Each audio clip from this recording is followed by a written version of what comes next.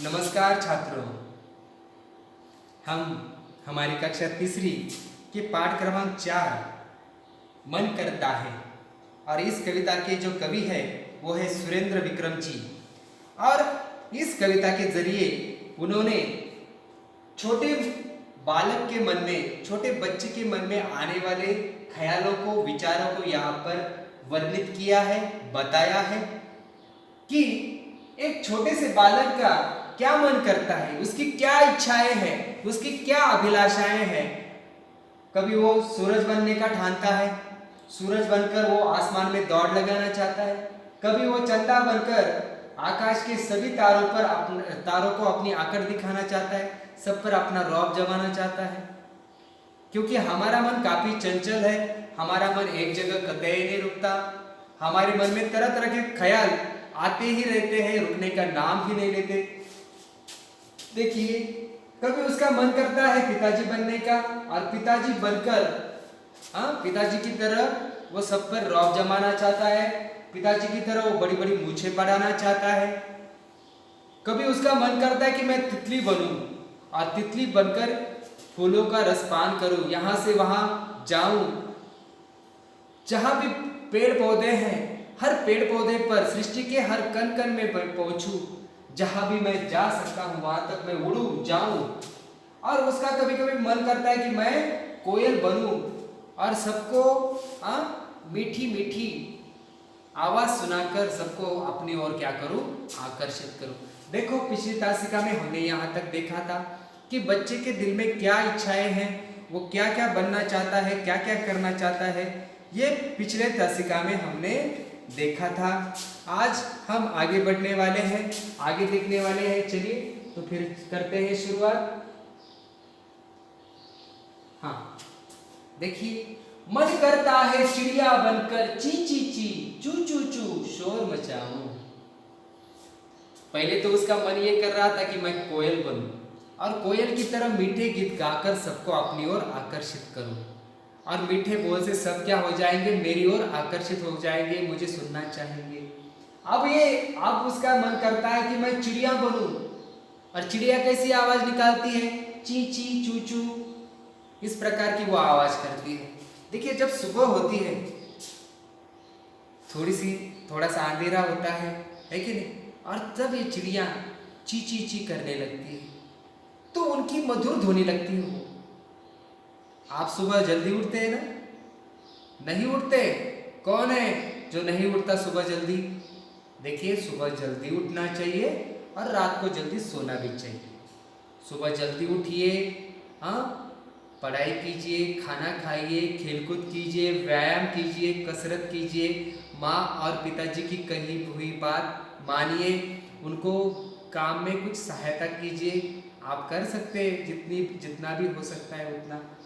देखिए, जब सुबह होती है तो चिड़िया चींची करती है और उनकी आवाज काफी मधुर लगती है। मैं हर रोज सुनता हूँ। हर रोज जब सवेरा होने लगता है ना, तो हमारे घर के सामने 4-5 पेड़ हैं, उन पर बहुत सी सैकड़ों जो चिड़िया है वो आवाज करने लगती है। शायद वो दिनक्रम क्या करती है, तय करती है कि हमें आज ये करना है, हमें यहाँ पर जाना है, वहां पर जाना है। वो एक दूसरे से बातें करती है, चिंची आती है, वो चिंची आती है और उनके द्वारा वो एक दूसरे के साथ संभाषण करती है और हम उनके रिश्ते भी गहरे करती है। जिस प्रकार हम भी सुबह जब होती है स्कूल के लिए रेडी हो जाते हैं। अभी आप स्कूल में नहीं आते, वो बात अलग है, लेकिन इससे पहले अगर आपको स्कूल में आना है तो फिर आप क्या क्या करते थे, माँ आपको क्या क्या बताती थी, पिताजी आपको क्या क्या बताते थे।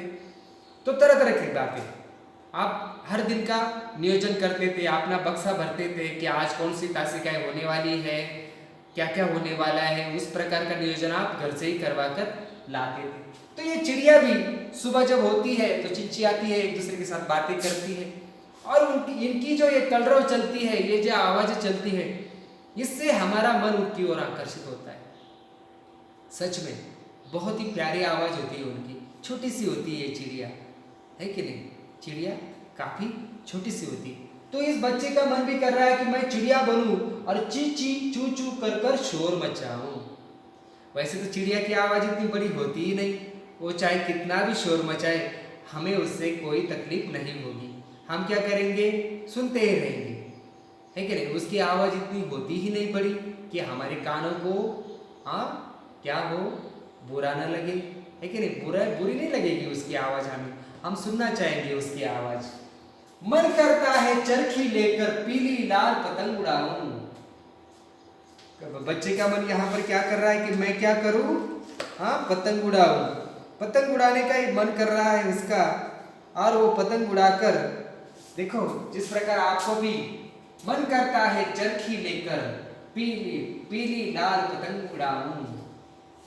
बच्चे का मन कर रहा है कि मैं चरखी लूं अपने हाथ में, चरखी ले लूं, और चरखी लेकर क्या करूं, मैं लाल पीले पतंग उड़ाऊं। देखो, पतंग का जो मौसम है, कब उड़ाते हैं ज्यादातर पतंग कब उड़ाए जाते हैं बेटा, बच्चों कब उड़ाए जाते हैं, बताइए। कब उड़ाए जाते हैं, मकर संक्रांति के त्योहार पर, है ना, बराबर है ना। जब मकर संक्रांति का त्योहार आता है, तब कई राज्यों में या फिर हमारे राज्य में भी देखिए कि पतंग उड़ाए जाते हैं। किसी को पतंग उड़ाना ही नहीं आता तो वो भागे तोड़े चले जाता है, और फिर उस पतंग उसके आगे पीछे फैल जाती है, ऊपर जाती है। तरह तरह के अनुभव आते हैं हमें पतंग उड़ाते समय। किसी का पतंग टूट जाता है तो वो निराश हो जाता है, किसी की पतंग फट जाती है तो वो भी निराश हो जाता है, और किसी की पतंग अगर ऊपर चली जाए तो उसे लगता है कि और ऊपर आसमान को छूने के लिए जाए, है कि नहीं। क्योंकि हमारी अभिलाषा, हमारी इच्छा कभी खत्म ही नहीं होती। हम पतंग उड़ाते समय सब कुछ भूल जाते हैं, लेकिन पतंग उड़ाते समय भी हमें सावधानी बरतनी चाहिए। जैसे कि आज जो पतंग उड़ाते समय हम डोरियों का जो इस्तेमाल करते हैं, वो कैसी होनी चाहिए, नुकसान देह नहीं होनी चाहिए, जिससे हमें नुकसान नहीं होना चाहिए, ऐसी डोरी होनी चाहिए। और उसके कारण भी काफ़ी हादसे होते हैं।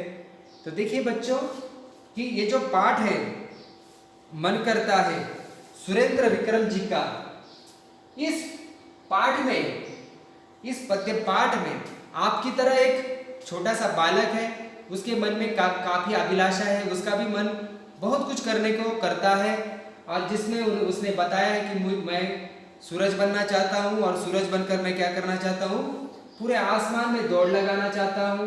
चंदा बनकर मैं सभी तारों पर अपनी आकड़ जमाना चाहता हूँ, सबको आपकी आकड़ दिखाना चाहता हूँ।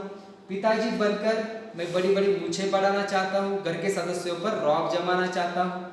कोयल बनकर मैं मीठे गीत गाना चाहता हूँ, और तितली बनकर मैं हर तरफ जाना चाहता हूँ।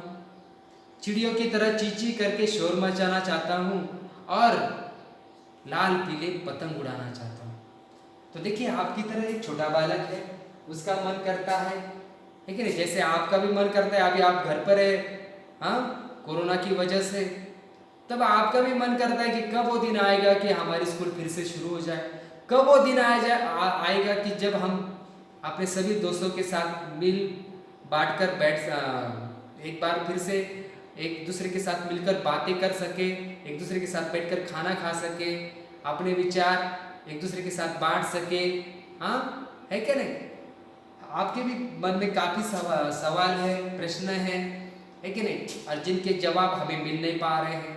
इसी कारण देखो, कभी कभार हमें बोर भी हो जाता है, लेकिन बोर मत होइए।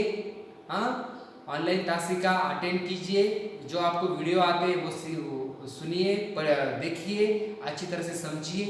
तो देखिए, अब आपको क्या करना है, घर पर मन करता है इस कविता को अच्छी तरह से 2-3 बार पढ़ना है, और इसमें जो कठिन शब्दार्थ है, आपको उच्चारण करते समय जो कठिन शब्द लगते हैं उनको आप दोहराइए, ताकि आपका पढ़ने का अच्छा सराव हो, आप अच्छी तरह से पढ़िए, समझिए। मैं आशा करता हूँ कि आपको ये जो पद्य पाठ है हमारा चौथा मन करता है, ये अच्छी तरह से समझ में आ गया होगा। अगली तासिका में हम मिलेंगे इस पद्य पाठ के प्रश्नोत्तर के साथ। तब तक के लिए धन्यवाद।